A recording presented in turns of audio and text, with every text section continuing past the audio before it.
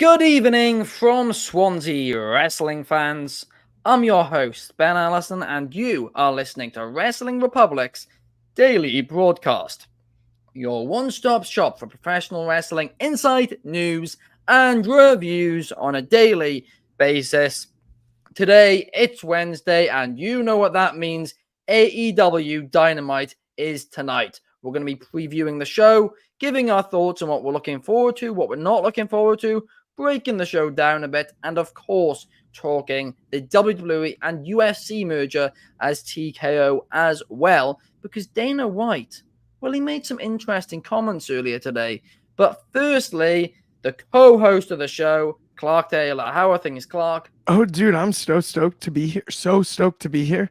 I mean, things were in jeopardy for a minute. I've got a big trip planned today. I'm flying to Nashville, and things were up in the air, not literally, but figuratively. I will be up in the air in 3 hours, but I will be on the air for the next 45 minutes, thankfully so. And I'm stoked to get into this huge merger and everything we have to talk about. And happy to be here as usual, guys. Let's get right into it. Absolutely. And talking about things which are on and off the air, make sure you guys check out Off the Air, Wrestling Off the Air, our NXT post show from last night on our YouTube channel. Check that out after the daily, where Clark, Drizzy, and Shard talk about Becky Lynch winning the NXT Women's Championship last night. Wow, that is some big, big news. It is no longer Tiffy time. I'm sorry, Shard. But also joining us today, we have the host of Take It to the Table, Chaos. How are things, Chaos? Team RC. Team RC, what's good? What's good, everybody? Yeah, it's Wednesday. You know what that means. I actually went and left the Take It to the Table universe to come back down to reality just to make sure, everything, there's no more technical hitches on this show, because last time I was here, it was a bad time for me. So yeah, I'm good. That's why I come down here and make sure my opinions and my thoughts are heard for the glorious people of Wrestling Republic. So yeah, let's get straight to it. Absolutely, and it's great to have you back, and at least we can hear you today as well, because the show the other day, we had to listen to too much Carty Cornette. But talking about Carty Cornette, his twin brother, Carter Crisp, is joining us today. How are things, Carter? I'm doing good. I would like to apologize on behalf of my brother. He's an old man who has old ways, and he hasn't come back into this modern world. So we'd much rather hear what Chaos has to say. But you may see a special appearance from that Southern gentleman. But I'm happy to be here. Dare I say I'm a newly christened AEW fan. Thanks to old Clark over here. I think that may be coming up on my favorite company, but love to be here. Love talking wrestling with you guys. Absolutely. It's great to have you here. And you said that you're becoming a fan of AEW. Of course, you're new to AEW, Carter, but the two things which you've been a big fan of for years is WWE and UFC. And that takes us right into our first topic, because the UFC EVP Lawrence Epstein said on ESPN.com last night that where we want to get to is a point where every UFC fan is a WWE fan and vice versa. Now, of course, this is talking about the merger between WWE and not AEW, WWE and UFC. But that was a bit of a controversial take. A lot of UFC fans were not happy about that. A lot of WWE fans weren't happy about that. Because, yes, they're two different companies at the end of the day, WWE and UFC. They're two different sports. It would be difficult to, really merge the two together in any shape, shape, or form. But Dana White has responded to this today, and he said this: Lawrence, I love you, but that is one of the dumbest statements of all time. I don't know why he said that. I don't know why he would even say that. No, there is some crossover. Some people like WWE. Some people like UFC. Some people like both. But I don't think there's ever going to be a day where we turn every UFC fan to a WWE fan or every WWE to a UFC fan. And that's why there's such a beautiful synergy between these two fan bases. Dana White, I think, said it, greatly there. But here's the thing, right? Let's go back to Lawrence's comment and let's dissect this a little bit. He genuinely believes that all WWE fans can become UFC fans and all UFC fans can become WWE fans. Of course, that's impossible. That's not going to happen. But do we think maybe there's a possibility for more crossover than there currently is? Clark, you're a big MMA guy. You're a big WWE guy. Give me your thoughts on this topic. This is an outstanding question. And I think it's somewhere between what Dana said and what Epstein said here, right? I don't think it's the dumbest thing anyone's ever said. Not at all. There's only so many ways you get into combat sports. One of them is that you are entertained by the pure violence of it. And in that case, it doesn't matter who's in the ring fighting or the cage fighting or wrestling or whatever it is, whether it's predetermined or it's professional mixed martial arts. There will always be crossover. The other way is storytelling. A big story can get you hooked for your first MMA fight, as well as a great story can get you hooked for your first wrestling match. And in my eyes, crossing over the two, I don't believe it's possible to have every UFC fan. That's an extreme. But just as Dana said, it's that what Dana said is also an extreme, right? And that's not reality. Like, that's not what we deal with day in and day out. If a UFC fan sees the WWE product in a different light and gets excited about a rivalry, who are we to say that you wouldn't get excited about that? Because you have the same combination. It's like the difference. It's like linking fans of action movies and wrestling or mixed martial arts. It's not that hard. There's a lot of gaps to be bridged. We look at Conor McGregor, the way he's self-marketed. We look at Sean O'Malley, the way he's self-marketed. Chael Sonnen, the way he's self-marketed. They've ripped from pro wrestling for years. The UFC has, from a marketing standpoint. And so I don't believe it's possible to ever have the fan bases completely crossover, but more than we had before. Well, that wouldn't be a dumb thing to say at all. That's only logical. If you've got any kind of self-awareness and you're entertained by combat sports, whether it be mixed martial arts or wrestling, you'll be inclined with co-promotion to watch the other product. And it's right in your wheelhouse. You want to talk about target markets? If you like violence, you'll get it on both. If you like storytelling, you'll get it on both.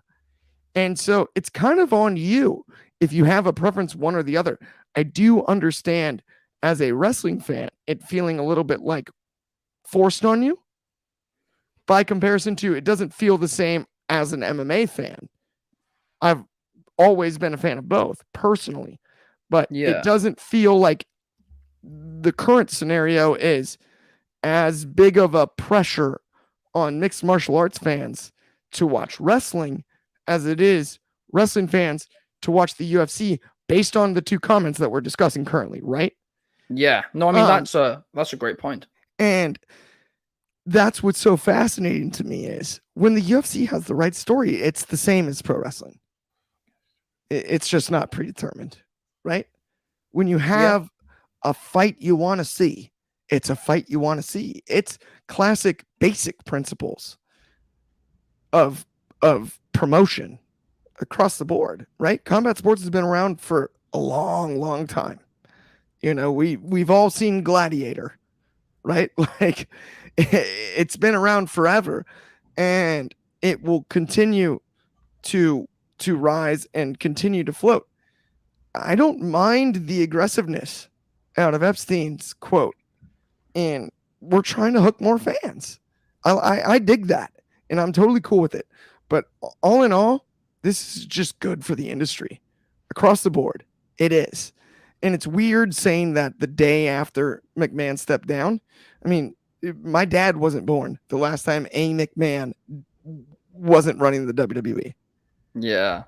No, that is wild. But today it's different. And I'm excited to see what can happen. Absolutely. I mean, the one interesting thing, right, is I've got friends who are MMA fans who don't like wrestling, and of course vice versa as well. And here's the common criticism, I get from both when I show them the other, right? Wrestling fans, when they watch UFC, they often say to me they find it boring. When it's at its best, they find it entertaining, but there's a lot of fights sometimes where, it's technical, it's on the ground, that they're just not into. And because of, professional wrestling, the fact that they can predetermine, stuff, you don't get the type of, same type of thing where fights can be, you don't get the boring fights, really. And if you do, it's the fault of, whoever's booking it. Then, of course, the obvious one, when I show my MMA friends wrestling, their issue with it is that it looks too fake. It's just not believable. And for that reason, they're not, as hooked into it. But, I mean, Carter, you're a fan of both as well. Which one, do you think that there is a potential for more of a crossover than there currently is between the fan bases? Yeah, and I've got some props I learned from my man Carrot Head. I have a shirt for Sakuraba. The man who defeated Hoist Gracie was a Japanese pro wrestler. So Dana White, I know you're listening right now. You're a smart consumer of MMA. You're a great promoter, but you are not, like all of us are, he's not a smart wrestling consumer. He does not understand pro wrestling like any of us do. But he borrows from it. He uses it. McGregor is his best salesman. I mean, he makes so much money off that guy. McGregor's using promotional tactics going back to Muhammad Ali, who learned from pro wrestling. But Dana White, I want to remind you something. You're not the greatest MMA promoter alive right now. It's Sakibara from Pride. And if Pride was not hit by controversy, it would still be bigger.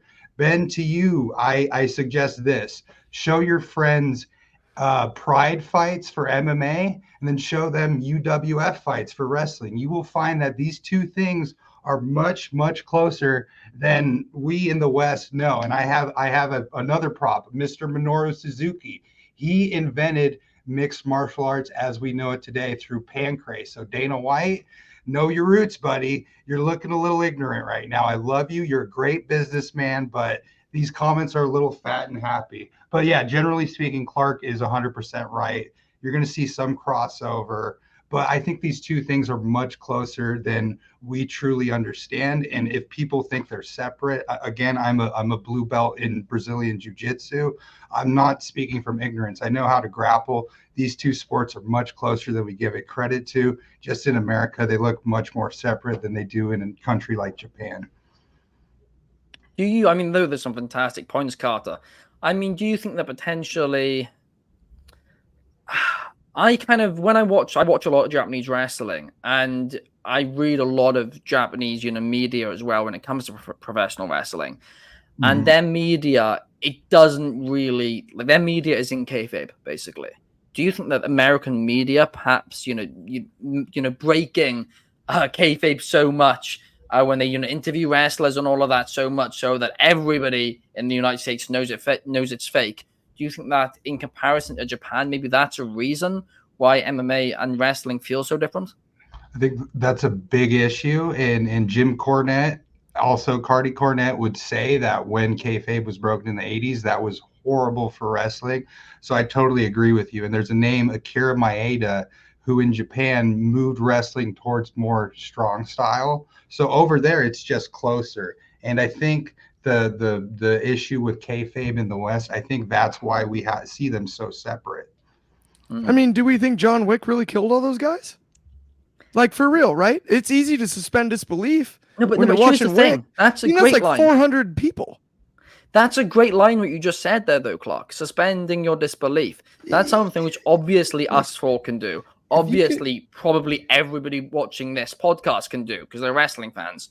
But non-wrestling fans, right? When I've got people in my life where I try to get into wrestling and I just can't do so, it's because they don't have that thing where they can suspend their disbelief in that way. I hate to be this guy, but if you can watch Star Wars or Harry Potter but not or any of that, if you a lot Mary of MMA Poppins fans can't flew watch away in an umbrella, you can watch movies or TV and you can suspend disbelief there and you can't in person on pro wrestling, that's on you.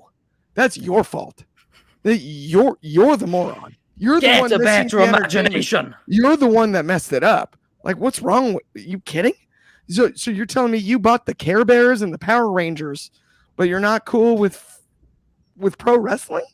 But a lot of MMA because fans, I of don't what? think do. Well, I don't think a lot of MMA fans, I don't think are the type of guys who are watching Star Wars. They're watching movies. You're telling me they don't consume any other programming? Nobody watches just one thing. Everybody's I well think versed. I They watch sometimes TV think- shows. It could be Succession. It could be Entourage. It could be any of that. None of that really happened. And you have Acting's no better than problem most consuming wrestlers, that though, content. in fairness. Well, Fast and Furious. I bet Fast and Furious and Fast and MMA. Furious. I Oh, bet yeah, that yeah. Venn diagram is. Yeah, let's land the car on a plane, and that's cool. But if The There we Rock go. steps in and hits a rock bottom on Cena, all of a sudden it's a problem. Like, what in the world? It's the most silly complaint I've ever heard, most judgmental thing I've ever heard. Like, I could make fun of a number of other niches, right? But like at the end of the day, it's entertainment. It's the only live entertainment outside of stand-up comedy where you get instant audience reactions that deeply affect the show. You are completely performing on the fly. This is a performance art above performance arts. These are athletes that are world class. They work 300 days a year. It's a joke to even say the F word. Fake is the one I'm talking about. F words wise. It's a joke. It's silly. And it cracks me up. I It's agree. but predetermined at worst. Predetermined at worst. Chaos, you're somebody who, you being an MMA fan, you're more into wrestling than MMA compared to, these two guys on my right. What do you think? Do you think that, wrestling and UFC could have more of a crossover? Or do you think that in this culture, it would be difficult?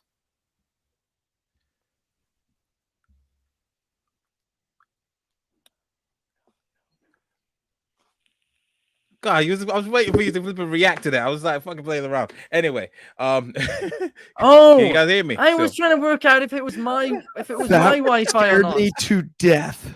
God. Oh, Chaos! That's did a prank on iconic. us there, I'm guys. ready. Oh gosh. No, I'm joking. I'm playing. Because Yeah, nobody no. else was reacting. I presumed that I was like, it was on my no. end. That was one of the best sells I've ever seen in my career. Speaking Yeah, of, there you go. sounds So great. agents. All right, no, cool. Let's just run back in it. Yeah. So basically, do I feel like there's going to be a crossover? Yeah, eventually there will be, but what we all know about how the human race is, things take time. I don't think it's going to be an overnight thing. I do, both Carter and Clark has made awesome points regarding this. I think it's not going to be an overnight thing, and as long as they don't try and force that onto the fans, then it won't be completely, there won't be a complete backlash regarding it. I mean, look, they try to test the waters with Rousey and Baszler, and that really kind of fell flat pretty much. The WWE fans came to see a WWE show, not something mixed with MMA rules, and it just didn't connect. So if they go down that route and trying to force it down people's throats, then there will be some backlash. But yeah, and I think business wise, it would make the most sense as long as they present it well and it doesn't seem forced. I do think there is a time for there is a time and place for these crossovers. And because as we all know, back when UFC proper started, it was all bros. Like you saw that guy that was like topless and he had like UFC on his forehead. He was just like kadoosh, so like obviously, but now it's more of a casual crowd and they're more welcoming. So yeah, I think it will definitely happen. It will just take time. I don't think it's going to be an overnight thing. I'd say within the next year or two, people will be more open to it, both MMA fans and WWE fans, I think. So yeah, I think it was a bit too on the nose to say that we can all come together and say kumbaya almost instantaneously. But yeah, as long as they present it well, it will take time. It will take time. Very well said, Chaos. I do agree with you there, and it's also a very great point you made about the MMA fan base then compared to now. You said before, it used to be all the bros and all that. A lot of college guys. I forget what you guys in America call yourselves when you're like fraternity, is it? If you're in a fraternity, if you join one, the Greek system. Right, okay. So basically, can't imagine many people in those are watching wrestling compared to watching something like, MMA. And again, I think a lot of that is stigma as well. But what's this I hear? Can I hear a Carty Cornette walking through the door? Yep. Now let me tell you something. My brother, he likes that mixed martial arts too much. Y'all are missing a key point. The UFC is a wrestling promotion, right? There's wrestling going on. There's feuds. It's on television. It's a wrestling promotion. So there's no debate. These are the same things. WWE, UFC, it's all wrestling. All right. So let's calm down, or let's calm down like a Georgia peach, and let's move on. We're just talking wrestling. All right. There's no difference. There's no MMA. It's all wrestling. Fair enough, Cornette. Now let's. Amazing insight. I don't know about that, bro, but fair enough. No, out of Cornette, that's to get this on that show, to get that on this show is hey, Carter.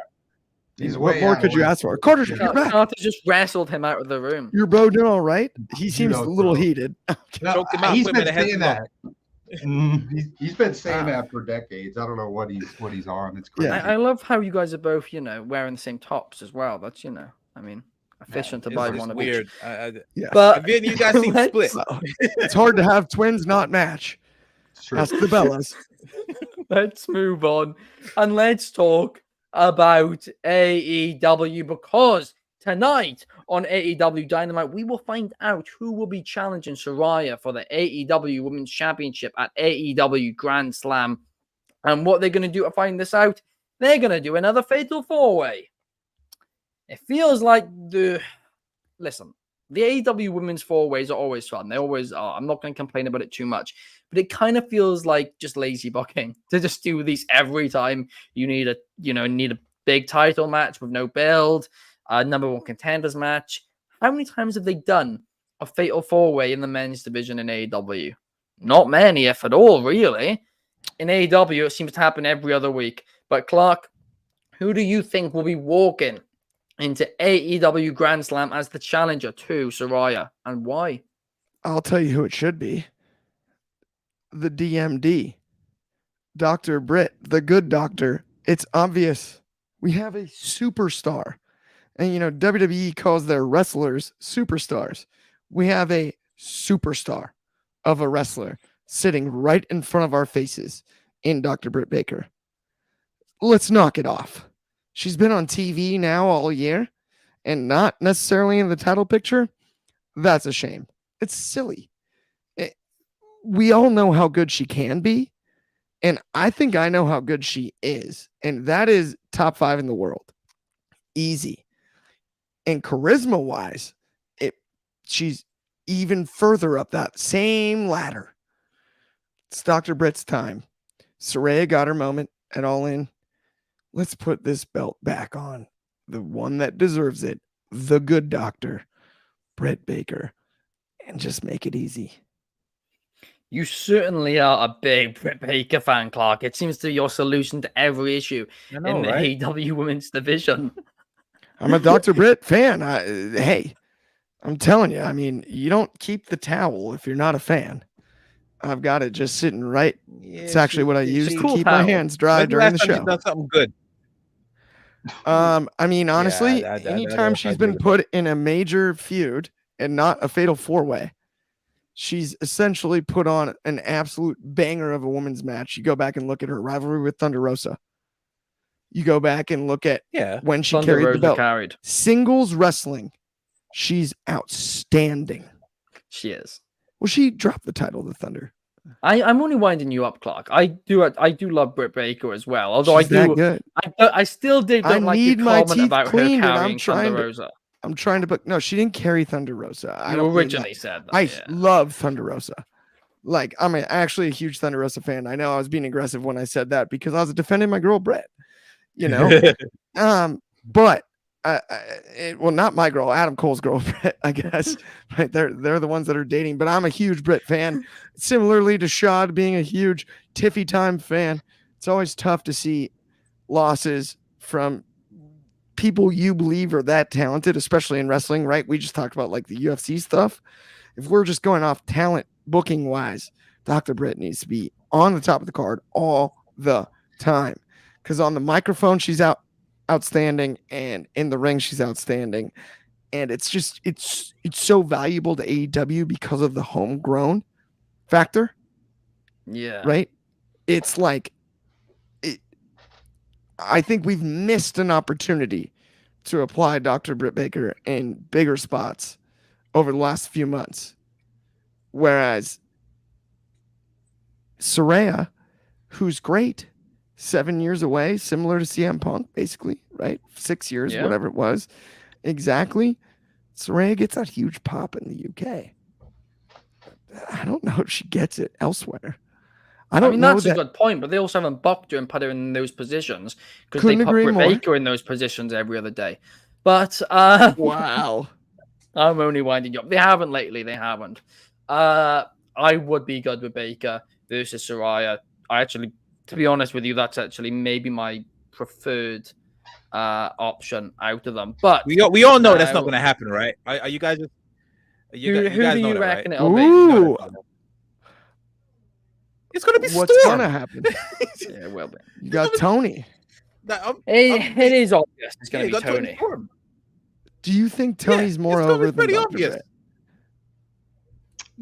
No. Actually, no. She might be with her new gimmick. Like it's getting over Oh, now. with the Like, new this gimmick, new I'll thing give with you that.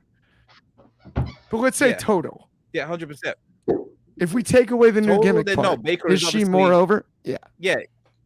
No, she's not more over. Obviously, Baker is 110%, but nothing's happening with Baker. She's like she needs to turn heel or something because right now I feel like if she did win that match, it's just like a token. It's not. It doesn't feel. I don't think she would. It doesn't make sense. Logically, it makes for Tony Storm and finally be rid of the outcasts. Maybe they try to obviously interfere to do some shenanigans and it backfires. But yeah, it's most likely going to be Storm. But yeah, I agree. Baker is way more over than Storm, 100%. Yeah. Yeah, no, fair enough. I will agree with you as well if you take out Tony Storm's current gimmick. But in reality, Tony Storm does have a current gimmick, and I'll agree with you, Chaos. I think she will win tonight, but I'd like Baker to win as well. But now let's move on to Jon Moxley, who will be defending the AEW International Championship against Big Bill tonight on Dynamite. Big Bill, somebody who I've praised quite a lot lately. I really do feel like Big Bill...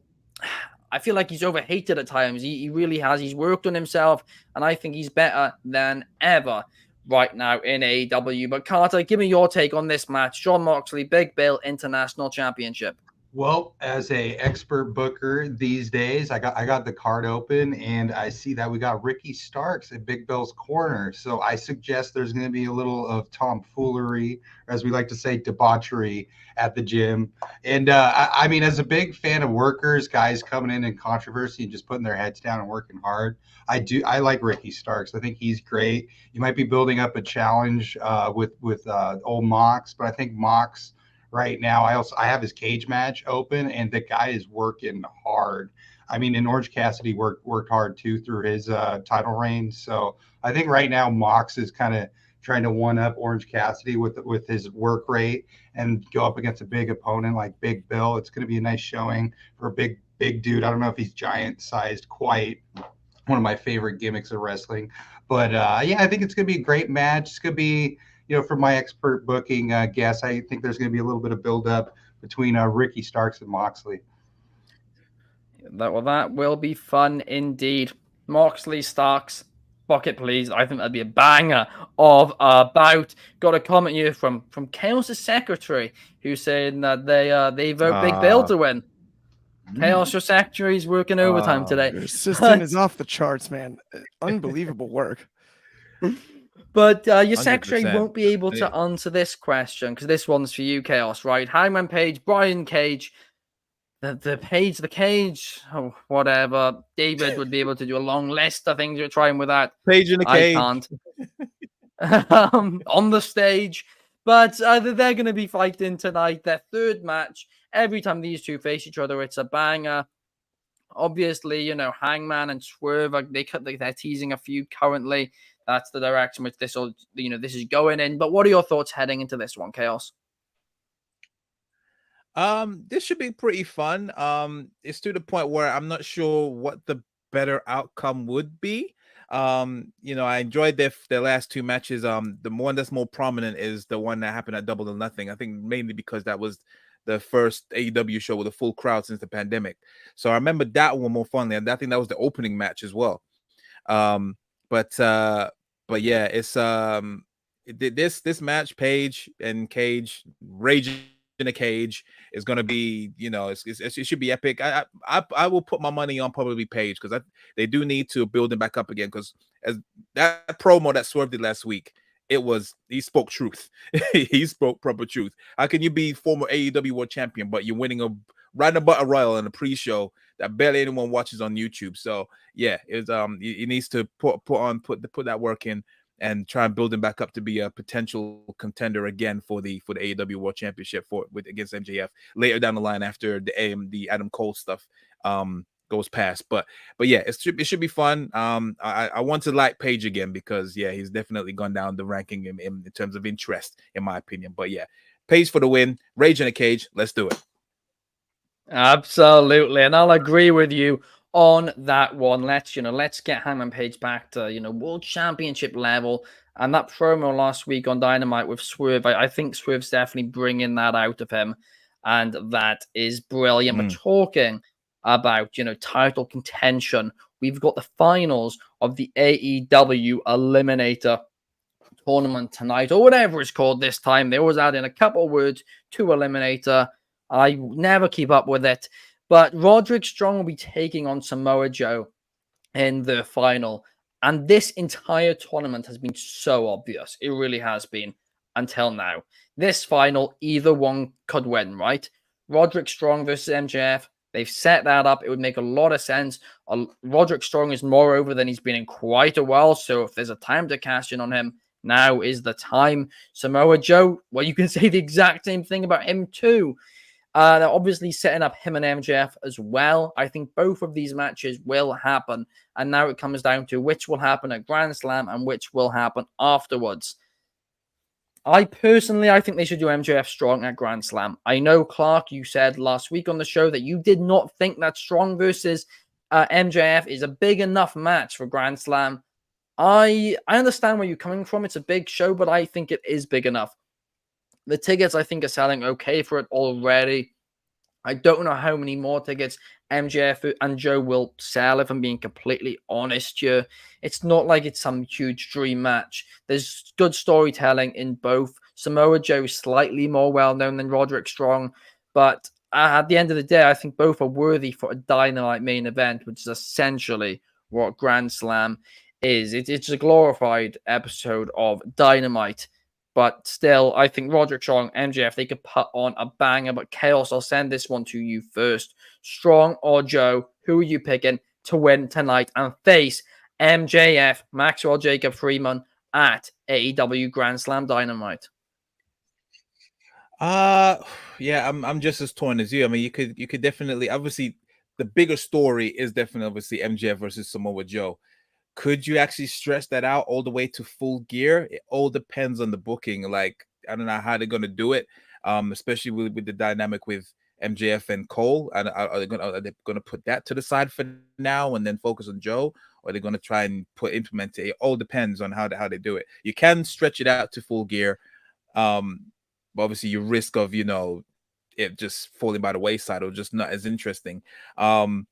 I'm more interested in that match simply because promo wise, them two are just obviously they'll hit it off instantly.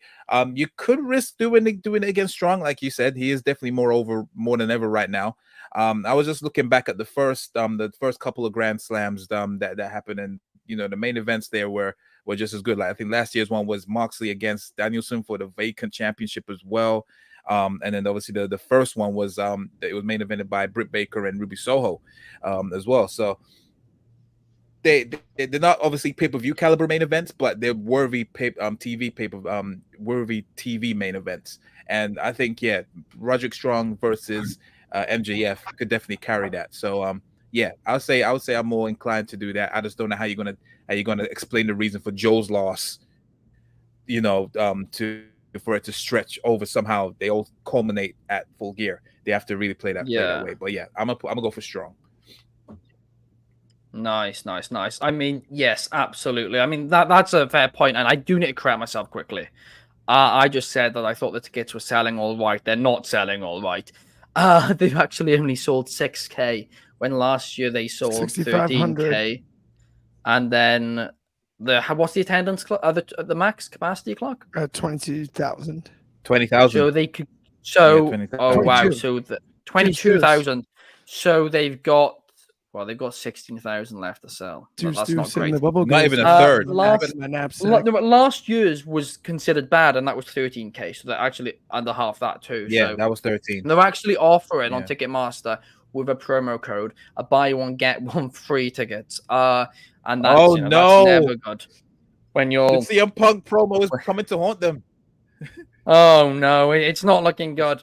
But I mean, the other thing as well, you said maybe they could stretch out Joe versus MJF until Full Gear. They don't have to. They have Wrestle Dream, and that isn't. I don't think that is going to be a Forbidden Door pay-per-view. I think there's going to be a couple of crossovers, but New Japan have a show the same day, so that's not going to be a two promotional pay-per-view.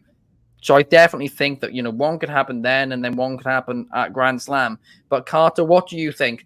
Do you think Joe should get the shot now or at Wrestle Dream and Strong vice versa? What are your thoughts? I mean, just look at Roddy. Look at the equipment he has around his neck. You think that guy could get through Samoa Joe? I'm just looking at him. I don't think Roddy beats Joe. I'm very biased, very pro Samoa Joe. But the issue is, I pulled up the AEW calendar. Actually, you have Wrestle Dream. You have 3 like premium live events all coming within maybe a month and a half, 2 months. So you are going to have to spread these guys out between Roddy, Joe, MJF. I mean, really great contenders. But yeah, I mean, honestly, considering the, as we say, speed booking, I do actually think Roddy's going to get through. But physically, maybe as an MMA fan, I do not see Roddy with bad neck getting through a wrecking ball like Joe. Wrecking ball always defeats wall. And I'm going to go with Joe. I'm just going to say it. It doesn't make any sense booking wise, but I think Joe's going to win just because Joe is going to kill you. That's the only reason. I mean, I'm going to be honest. It does make a lot of sense, I think, booking wise. They really have started to, build that story up. I mean, one other option they could do is just not do Strong versus MJF and instead do Strong versus Cole. But I feel like Strong after selling this neck in airports. He's wearing the cast in airports. And it's a fake injury too. I think he deserves a championship shot now, whether it's now or whatever. Numero 1 Superfly is saying in the comments a prediction. Roderick Strong wins, and then 2 weeks later on Dynamite, Tony Khan makes an announcement that Samoa Joe is getting a title shot for no reason against MJF. We've seen crazier things, but what about you, Clark? I'm presuming you're gonna go heavily into it needs to be Joe versus MJF. I hate to be this guy, and I hate to do it like this too, but right, resident American here, right? We've got Ben and Chaos from the UK, and then we have Carter from the US as well. It's the value of New York City, the value of filling a building in New York City is so off the charts and so important to the future of AEW that you have to book Joe versus MJF. You have to. That building needs to be full, or at least as close as you can get. This is New York City. This is like talking about the UK and saying like, well, they can fill arenas everywhere else, but not London. No, you cannot do that and be sustainable. Not as a promotion that generally travels around the United States. Yes, they sold 81,000 in the UK, literally in this, basically not literal month, but calendar, or not literal calendar month, but the physical month, right? Within the last few weeks, they sold 81,000 at Wembley. And then you can't fill Arthur Ashe. This is no ordinary Dynamite main event by any means. It's not. I love Roderick Strong as much as the next guy. His work in Undisputed Era, ROH, across the world. He is the Messiah of the backbreaker. That's not enough. That's not enough. We've had build with Joe. the one thing which I'm going to quickly throw in, I'll pass it straight back to you, Clark, is do you think Samoa Joe is that draw though? Because if He's you look enough. if you look at search trends, Roderick, it's pretty 50. Like Samoa Joe's just ahead of him over the past 5 years, but it's only very, very slightly, and social media following's the same. It's the bigger fight. And for the casual fan that's looking up Roderick Strong to go to the event to bolster those search trends, that's not who we're selling these tickets to. We need the hardcore New York City wrestling audience to show up. I'm asking you, as Clark Taylor on Wrestling Republic's daily broadcast, if you're in New York, if you're in Queens, if you're in Brooklyn, if you're in the Bronx, if you're in Harlem, if you're on Staten Island, if you're on Long Island, buy a ticket to this show. We need it for the wrestling industry. And Joe, to me, is the better marquee matchup. But I understand where you're coming from on Roddy. It's not necessarily about that.